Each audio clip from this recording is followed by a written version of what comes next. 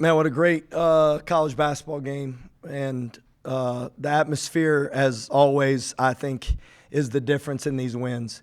I mean, just the energy in the building to get stops when you're playing against an Arizona State team. And Coach Hurley, man, is that guy good at getting his team to scrap and fight and believe when they've had a hard season. Man, I'm just so impressed with their guards' ability to score going into the game. And, they didn't have Quaintance going into the game, and I thought it kind of gave them more spacing and more scoring on the perimeter. It took away a little bit of the physicality and the interior defense, but it gave them a scoring punch that was really hard to deal with.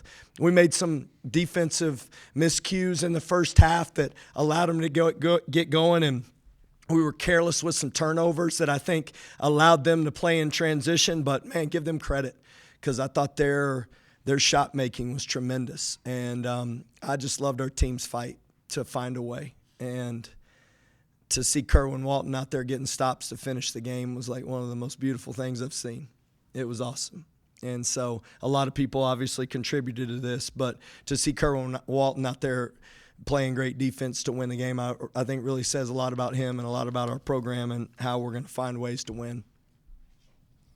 You talked about finding ways to win. After Arizona, you were out hustled and out physical, but you were the physical team to begin with. JT was able to dominate and be able to attack the boards. How did that, setting that stage, help you guys in the first half? Well, I mean, they were smaller, so just how do you take advantage of it? We encouraged our team going into the game, let's just not shoot any shots going away from the rim.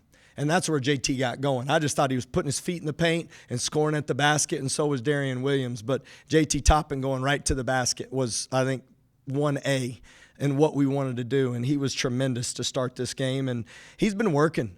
I mean, he's finally healthy, and he's finally able to practice, and he's finally able to put in the individual work, and he's not shy about work. He'll work, man. That dude will be in the gym, and he'll spend time doing it. I've been so impressed with his resilience, with his fight to keep getting better, even though he's kind of tweaked his ankles. Like, you could tell he's just scratching what he's capable of, and I say that with a lot of confidence.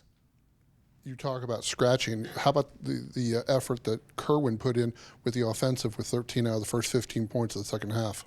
Yeah, we'll give Coach Linder and Coach Nottingham a lot of credit because they just put him in the right spots and felt like we had the matchup we wanted, and Kerwin stays ready. I mean, there's a guy that puts in work too, and he's always consistent. He never misses a day. He's always in there shooting, and, man, he really gave us a lift to start that second half.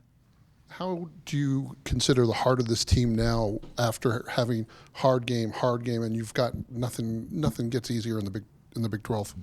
Well, we didn't sign up for easy. We love it this way. This is the way we want it to be. I mean, let's play against a team that makes all kind of crazy shots, and let's see what kind of grit we have to win. That's what I want this to be about. Like, I don't want anybody to be injured when we play them. I want everybody to be healthy, and we want everybody's best shot, and that's what makes this sport fun, honestly. And if you don't enjoy that, then you're playing in the wrong league. And that's what I love about the Big 12. That's why I love playing in it. That's why I love coaching in it, because of guys like Coach Hurley, who are some of the best coaches, and make your team better, because the point of this is to compete against the best to see if you can be the best. Obviously, you didn't get a great many stops tonight, but however, late in the game, it looked like your guards got a lot more handsy, started deflecting balls, got a few steals. It looked like they were reading the defense better, too. I mean, was this a conscious adjustment? Did you tell them to do this, or was this an effort thing? Yeah, well, initially we wanted to push all their offense out because they run sets. But then they get into scoring actions, then you got to squeeze them, and we got too spread out. And that was on me. A couple times we got confused in some ball screen coverages, and they scored on them early. So then it's like lighting a fire. And once that fire gets going with those guards, then you're in. That thing's gonna burn, and you better try to do everything you can, and we let them get some of those baskets. Then at the end, we tightened up the pickup point, and one thing is we didn't have any fouls. And so we just tried to be way more aggressive on the ball and in gaps to finish it. And I thought Darian Williams was fantastic at that, a couple of possessions, and Chance was good at it. And, it helped just that we finally got a little more physical on the ball, I thought helped too. We were playing a little backed up, even though we were pressuring them. And I thought E started it when he came back in that overtime and started pressuring the ball. And then, at the end of regulation, and then we were able to kind of continue it and tighten those gaps up and got way more aggressive in gaps. And you got Phillips into early foul trouble.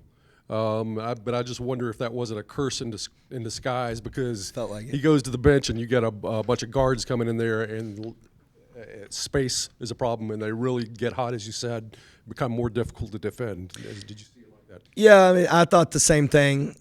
We felt like to be able to keep our defense compact and not get too spread out, that if you had size matched up with us, we'd get stops, but also it was to our advantage for him not to be out there offensively if you could play inside out, and JT was able to get closer to the basket.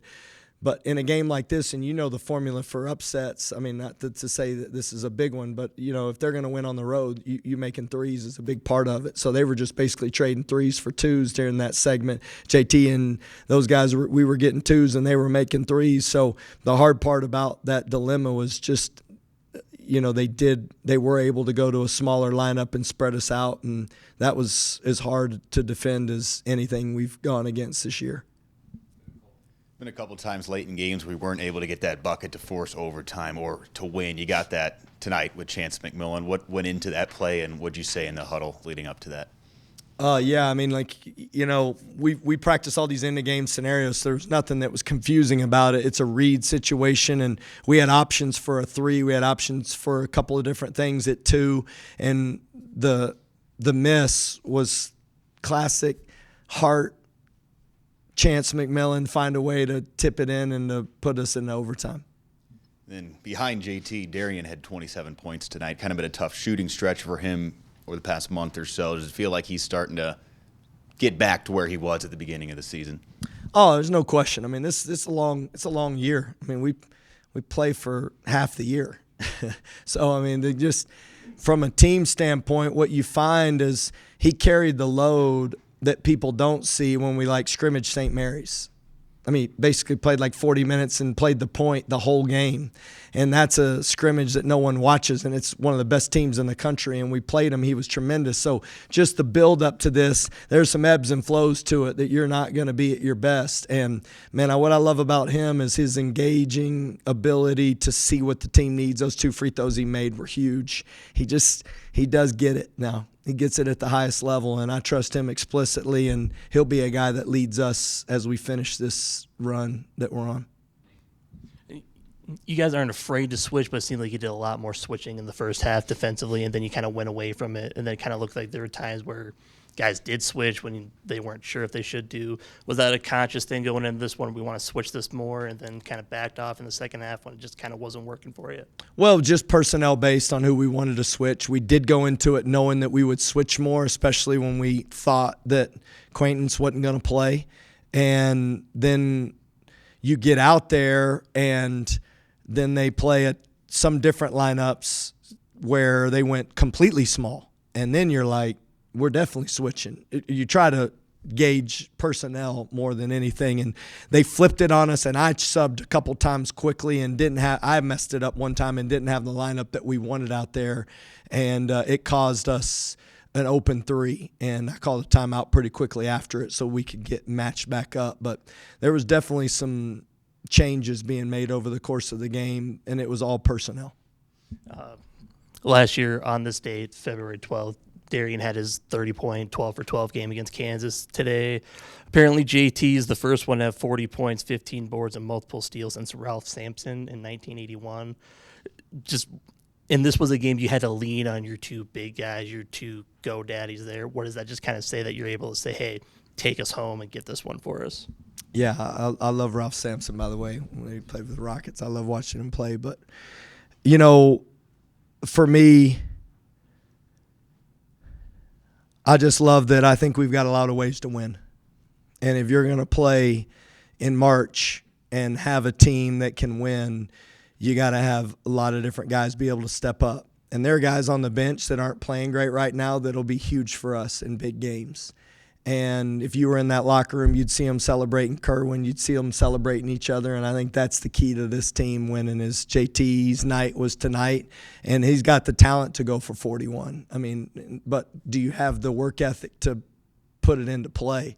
And he does, and this team does. And so, man, I'm so thrilled for him because of the hard work he's put in. But I can tell you this, there ain't nobody in this locker room that thinks that it's about one person. All of them know that we need each other in order to win, and that's the way we'll approach it. I just think back to, I guess, there were some games earlier in the year. I guess specifically like Iowa State where free throw shooting late was an issue, and then you see like tonight, Chance goes 7 for 7. Darion had some big ones there towards the end. I guess, how was it to see that, just that execution there at the end? Yeah, I mean, I just love our team, and I think the work ethic that goes to being able to be a great free throw shooter is part of it, but really it's just the belief you're going to win the game when you step up there, and I love our guys' confidence, and those are things that miss or make. You know, you can control it to a certain extent, but as a coach, man, you just try to put them in the best position to play with the ultimate confidence, and I think our guys are doing that. And it feels like we're asking about Christian every single game now, but just the poise that he had there in the second overtime, like that play where he's on the floor and throws it between a defender's legs to get it to whoever was on the other side. I guess just what about him tonight, I guess, in that late stretch? Yeah, I mean, we've really been leaning on E for major minutes, and I could see the fatigue catching up to him tonight, you know, and so that's what I'm saying about this team. Christian Anderson stepped in. I thought in the middle ball screen he really was effective in getting the ball to JT and scoring, and then his defense, because E had been guarding him all game long and pressuring him and wasn't fouling, then Christian was able to come in, and I think they were fatigued, and then that's where he was able to apply pressure too, and that's what makes us so effective.